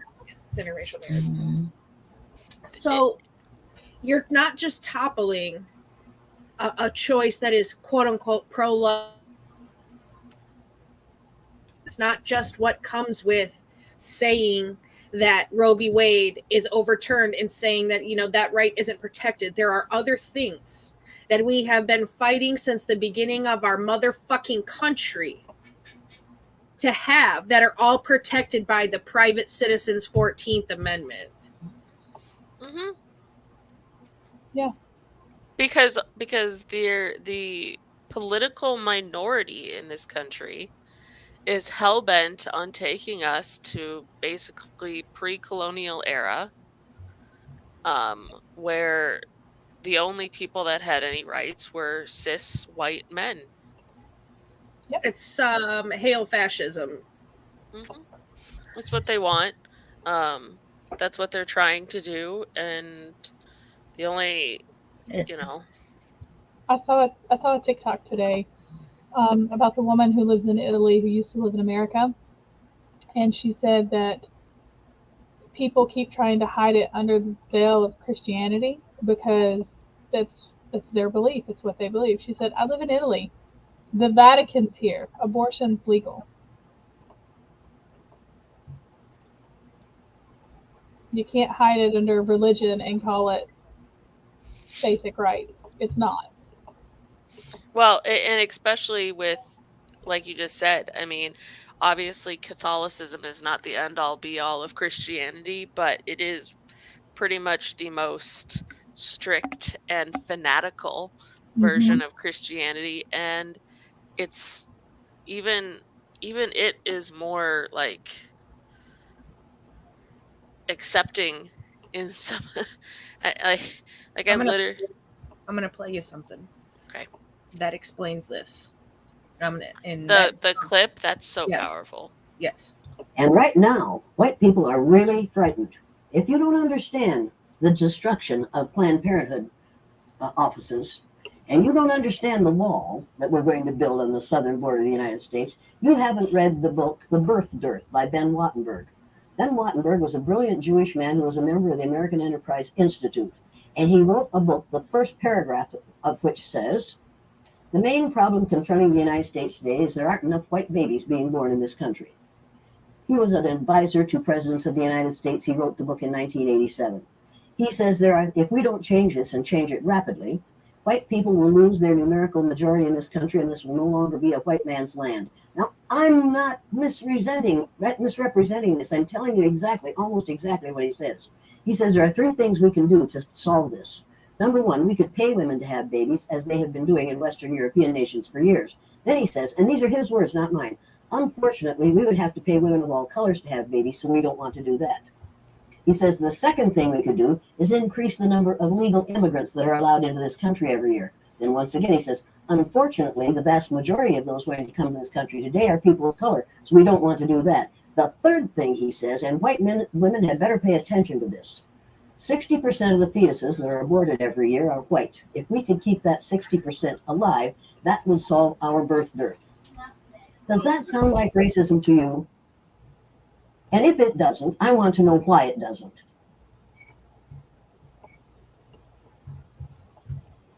This is Jane Elliott. She's a professor. She is a fucking phenomenal. She does race studies and things of the sort. Critical race theory, which they're also trying to ban in schools because they don't want their grandchildren to learn of the things that they did 50 years ago, because they're cunts, all of them. And the thing that's so frustrating about that is if that is their end goal, is to maintain, and I shouldn't say if that is, it is their end goal to maintain white superiority, and the majority in this country, then maybe they should again try to focus on more than one damn fucking thing at a time. Realize that teaching abstinence only education, or all of these other things that the white cis Christian conservative majority likes to push all the damn time, is part of the problem. You know what I mean? There's 17 million hungry children in our country. The foster systems that fail children every day, children that come out of those foster systems because their parents couldn't take care of them, wouldn't take care of them, didn't, whatever may it be, come out of those programs assaulted physically, sexually, mentally. It's a broken system. It's not a pro-life stance. I don't give a flying figgity fuck what any single fucking person that says they're pro-life says. It's all religious based, because there is no science proven that it's an actual living, breathing human being at that point, right? It's just not. It's just fucking not. Even if you want to get on the religious, let me throw your fucking book at you, because the Bible doesn't say that life starts until first breath. Just throwing that out there. Just saying. And it's not a pro-life stance, because if it was a pro-life stance, there would be healthcare reform, nationalized healthcare, in healthcare reform. And there would be programs to protect children. There would be a reform in foster care systems. There would be a reform in school education systems. And I'm not talking about taking out saying the word gay or teaching about racism or bringing religion into schools. That's not the kind of education reform I'm speaking of. I'm speaking of a good, hearty education, because America doesn't rank at the top in educating our citizens.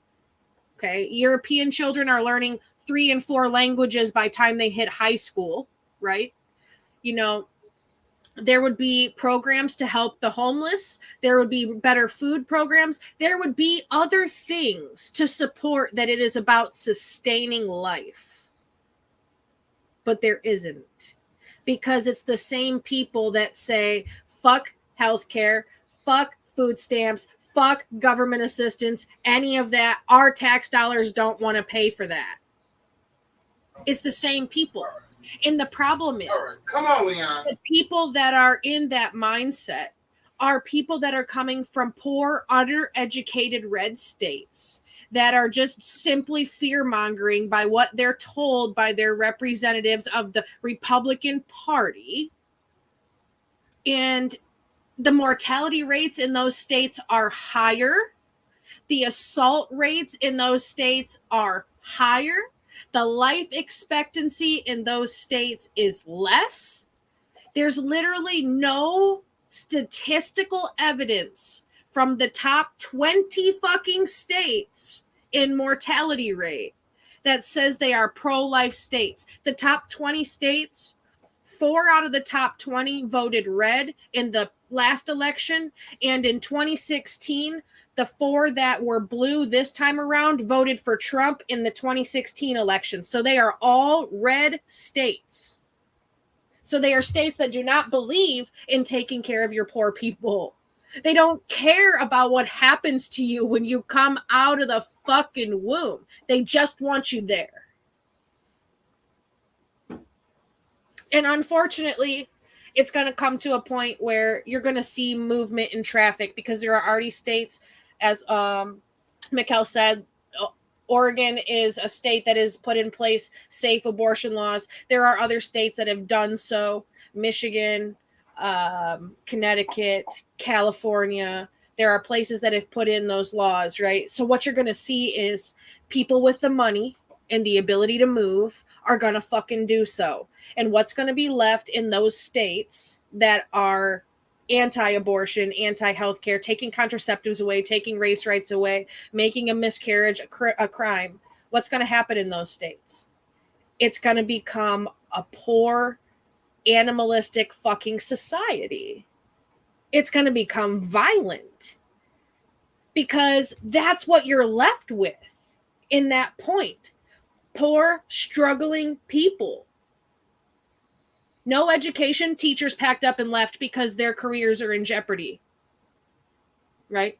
Because if they repeal, in the state that I live in, if you allow your transgender child to take any hormones under the age of 18, it is a fucking crime.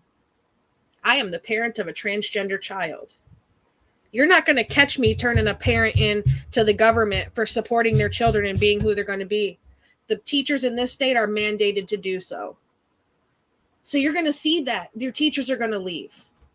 Bankers are going to leave. Lawyers are going to leave. Doctors are going to leave. People that are sworn to uphold your constitutional rights are going to leave, because the states are not recognizing your rights from the federal level anymore.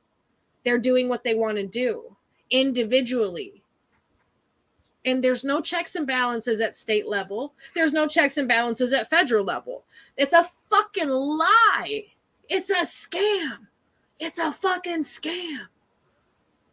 You have to fucking vote. You have to get your life together. You have to educate yourself and fucking vote. You have to know the policies and the history behind every single fucking person that you are going to vote for. You need to research them, see where they've been, look and see if they were in racist clubs when they were in college.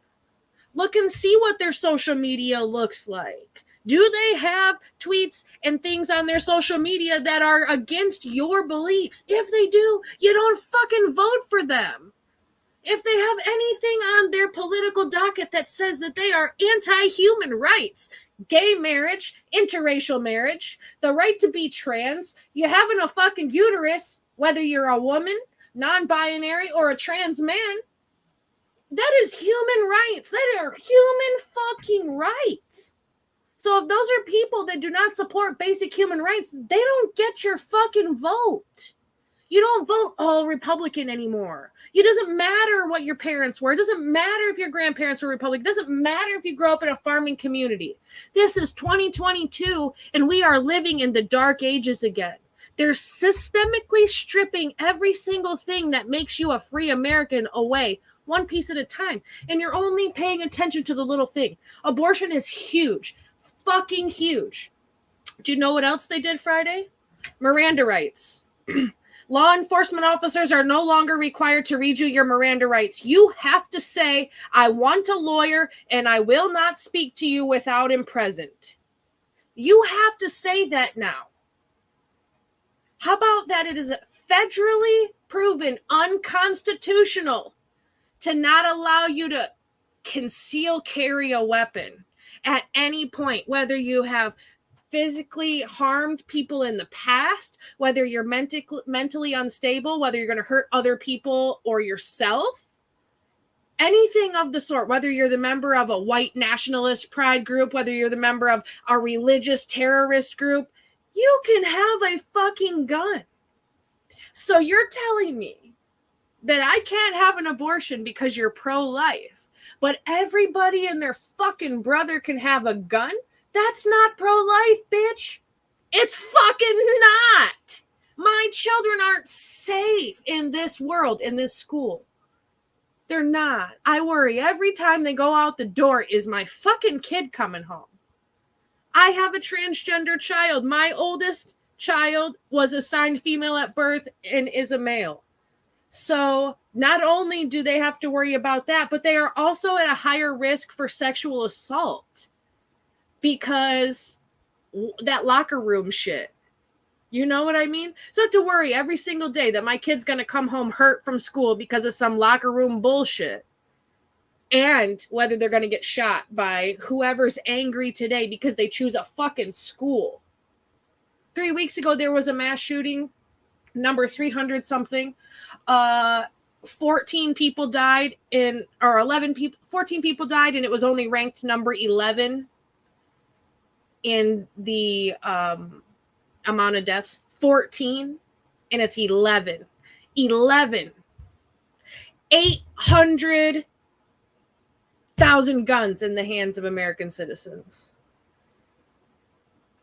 There's like, if my husband was here, he knows the numbers off the top of his head, but there's like 2.1 guns for every person in the country. So it's like 800 million, I think, something like that. So it's like 2.1 guns for every citizen of our country. But none of us sitting here are now protected in our right to seek medical attention or to not become a parent. Because not only are the states that are saying you can't have an abortion now or passing heartbeat laws saying that you can't have an abortion, they're also pulling contraceptives.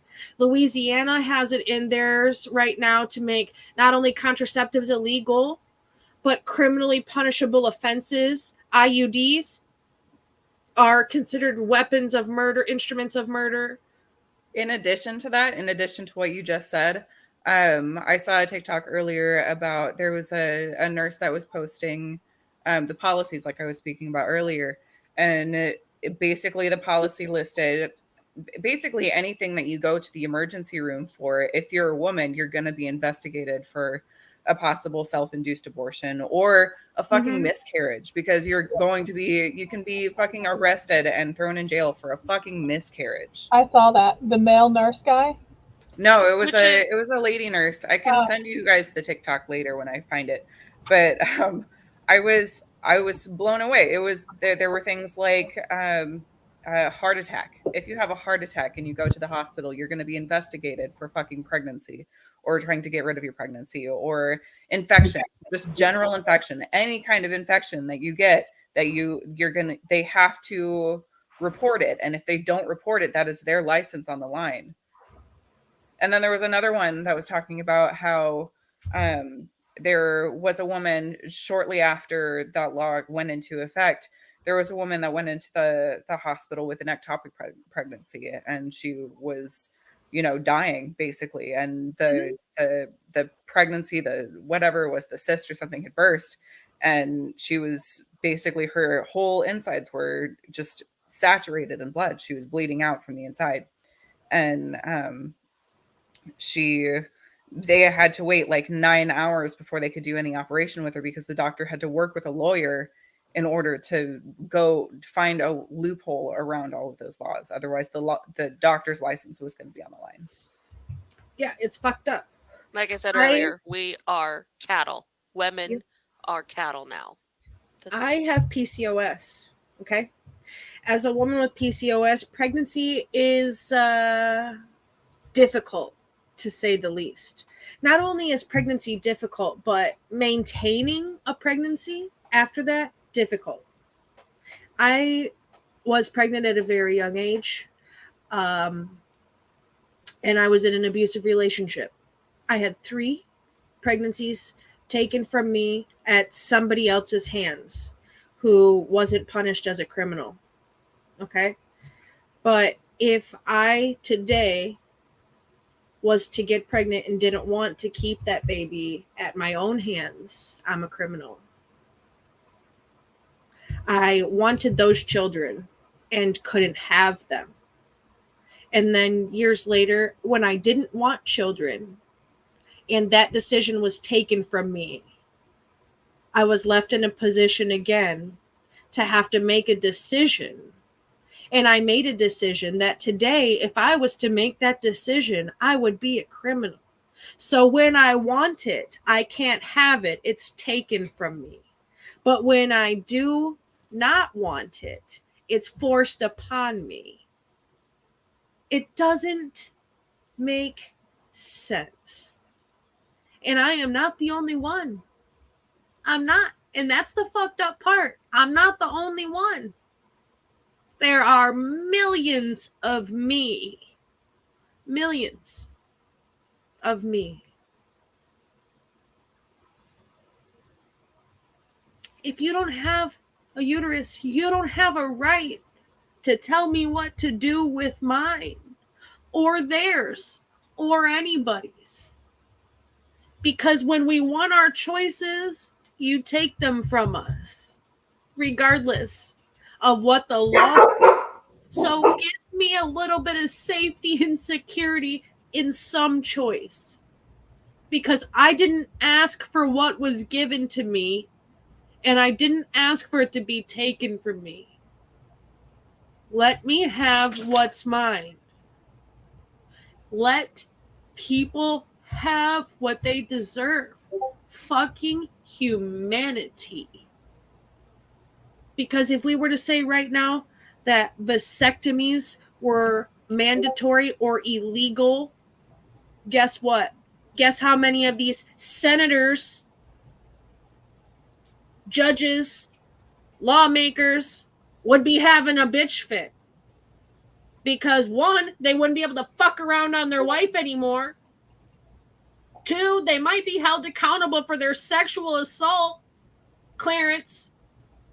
How about we talk about that, Clarence? Piece of shit, Clarence. Not to mention that Like, the it's wives, insane. daughters, sisters of all of the men in power will always have access to safe abortions if they want them or need them, because that is the other problem in our country, is that we have gotten to a point where the people that are in power, elected or appointed, all of the people in power are suddenly above the laws and the rules that they set forward for the rest of us. And that, I think, is one of the big reasons that we have gone so far down this rabbit hole of horror, is because people are making choices that they themselves don't have to adhere to. And so the true consequences of them are not felt by those decision makers. And it's a lot easier to make those choices when you know that the people that matter to you are not going to be affected by them. And I think that's an important thing to remember, is that in all of this fight, we also need, we need to fight obviously for our rights first and foremost, but we also need to fight for deep reform in the way our country is run. Because if you can pass a law that not only doesn't affect you, but that you don't have to follow just like everyone else, the moral and those arguments fall on deaf ears, because, well, that doesn't apply to me, but I don't want other people to be able to do it, so I'm going to pass this law. And choices have to have consequences for the people that are making them, not Yes. just for the people they affect. Impeach every single one of them. Impeach every fucking Supreme Court justice who got on the stand in front of Congress and fucking lied. Impeach every single one of them who got up there and said that Roe v. Wade was constitutional and lied. Guess how many of them it is? Take a wild guess. How many of all the of nine? them? Not 9 of them. That is correct. 9 of them. Yeah. Particularly the last two that is fresh in everyone's minds. You know, when they were being interviewed to be sworn in and asked if they would uphold Roe v. Wade, and they said under oath that Roe v. Wade was a constitutional right and that they would uphold it. To go back on that so fucking soon afterward. You know what I mean? Like it would be a little bit different if we were talking about this 10 years from now or 20 years from now, and you know, society as a whole had changed or something like that. But mere months after you swore under oath to uphold something, you vote to tear it to the ground. And the fact that those people were not immediately social pariahs and removed of their positions is an atrocity. An absolute Absolutely. atrocity. Absolutely. So this is what matters right now. It's okay to be angry right now. Absolutely be angry. Be angry all summer long. Have angry girl summer. Fuck hot girl summer. We're angry girl summer. Live your best Viking life all summer. Be fucking angry. But when the fall comes around, have your ass educated and be in a fucking voting booth and make our votes count. Because if they don't count, then we riot. But if we don't try, we can't say we did. So because then when we're rioting and they're saying, why are you rioting? We're saying because we tried to vote when you took it from us and you didn't listen. We have to do it the right way. We have to educate ourselves and we have to vote before we burn it down. But I want to fucking burn it down. Trust me. I promise you. And for those of us that have the ability and the privilege of voting easily, I think it's really important to mention that if you have friends or neighbors or people that you know that might not have a reliable transportation to get to a voting location and things like that, I think that we really need to step up and say, hey, if you don't usually vote because you get off this late and the bus is never going to get you to the voting location on time, I will take you. I will make sure that you have the opportunity to have your voice heard, because that is, you know, in so many states, that's what's happening. They're making the hours for voting locations so difficult for people of color, especially, to get to their voting locations, that, you know, and I think a lot of things that we could do, like in our own communities, is, you know, find organizations and groups or form them and say, hey, let me help you register to vote. Let me take you to the DMV to get your free ID, you know, that's needed to vote. Let me do what I can so that your voice is heard, because it's very easy for my voice to be heard right now. And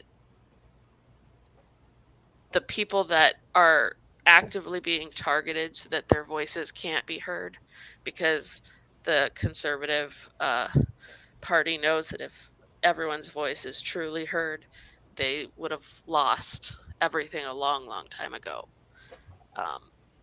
I think that that is something else. We definitely just need to really uphold our sisters and our brothers that have a hard time with that, and just make sure that we're doing what we can to make sure everyone's voice is heard, regardless of all of the roadblocks they put in front of us to stop it. And if you're a young person and you've spent your whole life listening to your parents' political rhetoric and you're of a legal voting age, I please encourage you to do your own research. to educate yourself outside of the social constructs of your local church, your local, Republican organizations, those kind of things. Like, step away and look in another direction. And I am so tired of voting for the lesser of two evils. I promise you I am. But we have to fight so hard now so it'll be better in the future. Please, just stop taking generational politics. We stopped taking generational trauma and we said we weren't going to pass that on to our kids. Stop taking generational politics and stop passing it on to your fucking kids. Like, just stop. And I just dropped a link in chat that maybe Huli can drop in Twitch chat. When you're doing your own research, it's important that you step away from any form of social media, because internet algorithms only show you things that align with your current beliefs and ideals. So the link I dropped, it is one of many media bias charts. So if you have only ever watched Fox News or CNN or MSNBC or CBS, regardless of which one you are currently watching, I encourage you to find out where that media bias sits on the chart. Does it lean right? Does it lean left? Is it somewhere in the middle? And go do some research from a media and news outlet that is on a different part of that chart. Find out what the other side is saying, because sometimes everything seems logical and seems normal until you step outside of your comfort zone and you hear what the other people are saying, not just what the people around you tell you that the other people are saying. And I think that's really important, because as someone who knows that my parents watch one news outlet exclusively and don't step outside of that, and then I have conversations with them and I'm like, I'm really not sure that that's true, and maybe you should look it up. They never do. And so I'm never going to get them to change. I'm never going to get them to actually learn and possibly evolve. And that's not, of course, saying that everything that they hear is wrong and everything I hear is right. But I get news and information from multiple sources, and I have always done my best to make sure that at least one of my news sources is as close to unbiased as humanly possible, because it's so important. It's so important to see both sides. It's so important to do more than read the headline. It's so important to do more than see what your close friends and family share on Facebook, because 99% of the time, what your close friends and family share is going to be exactly what you want to see, exactly what you want to hear, to reaffirm the beliefs you already hold.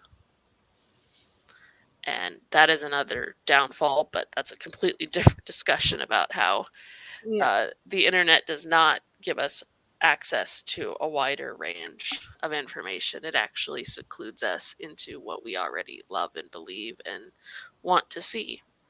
So, unless you actively try. Boomers are scared of Gen Z. Gen Z is coming into voting age.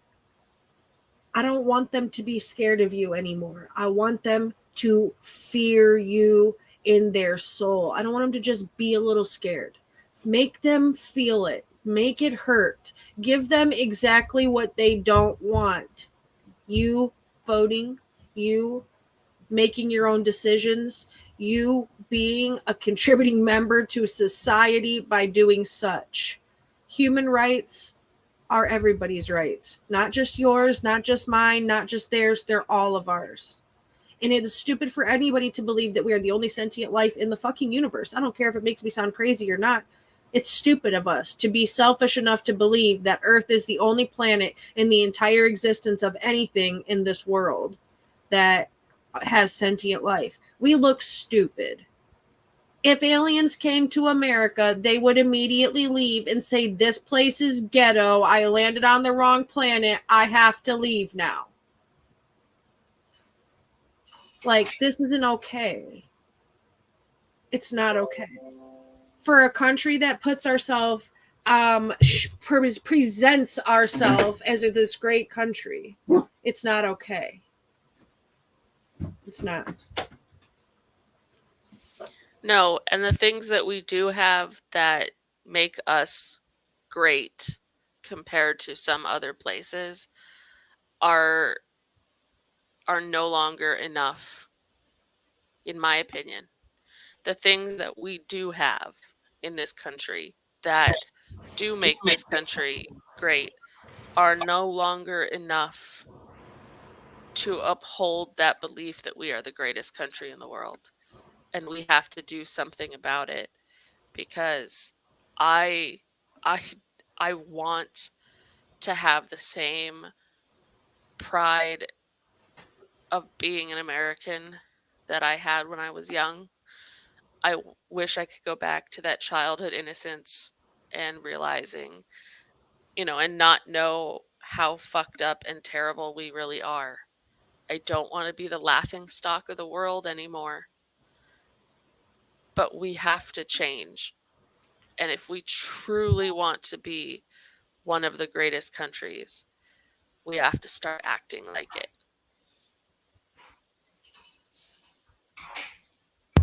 Okay. I've got something for you, and then we'll wrap it up. All three of you. Can you say it? Let's move on to the next question. Go ahead. Hi, my name is Jenny. I'm a sophomore, and this is for all three of you. Can you say in one sentence or less what? You know what I mean. Can you say why America is the greatest country in the world? Diversity and opportunity. Lewis? Freedom and freedom. So let's keep it that way. Will? The New York Jets.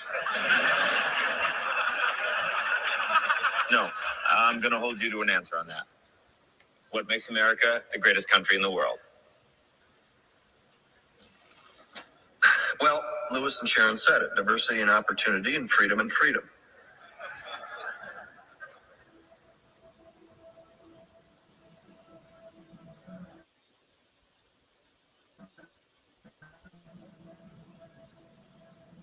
I'm not letting you go back to the airport without answering the question.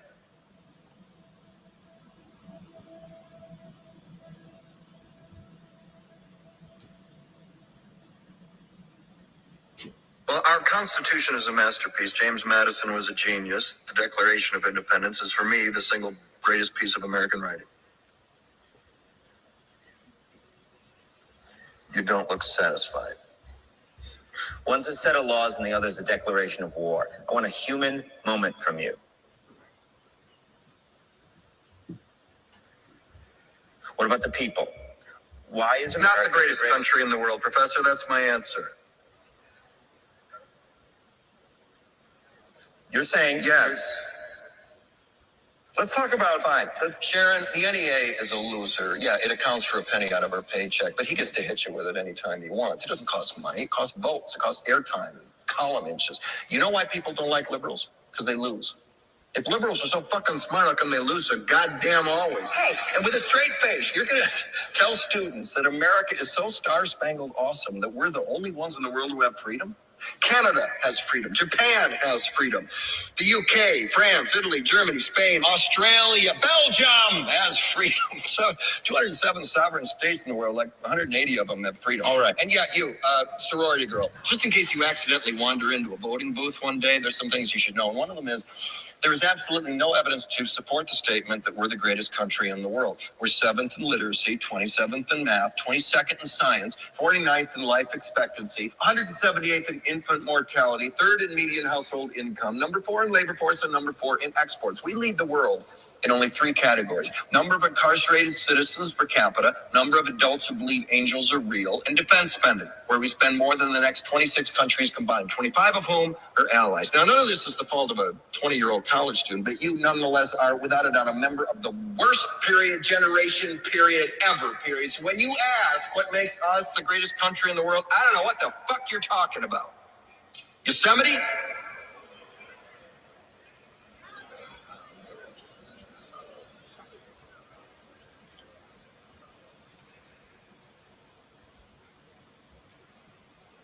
Sure used to be. We stood up for what was right. We fought for moral reasons. We passed laws, struck down laws for moral reasons. We waged wars on poverty, not poor people. We sacrificed. We cared about our neighbors. We put our money where our mouths were, and we never beat our chest. We built great big things, made ungodly technological advances, explored the universe, cured diseases, and we cultivated the world's greatest artists and the world's greatest economy. We reached for the stars, acted like men. We aspired to intelligence. We didn't belittle it. It didn't make us feel inferior. We didn't identify ourselves by who we voted for in the last election, and we didn't scare so easy.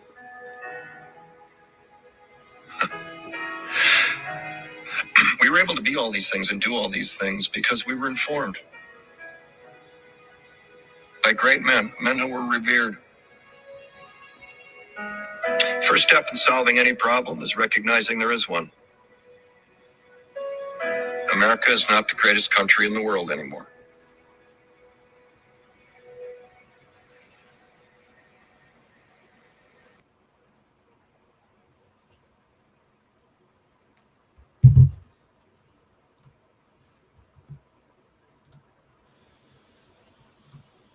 That's all that really needs to be said, isn't it? It is. I'm going to roll video and we're going to shut down for the night. Good night. Good night. Good night, guys. Good night.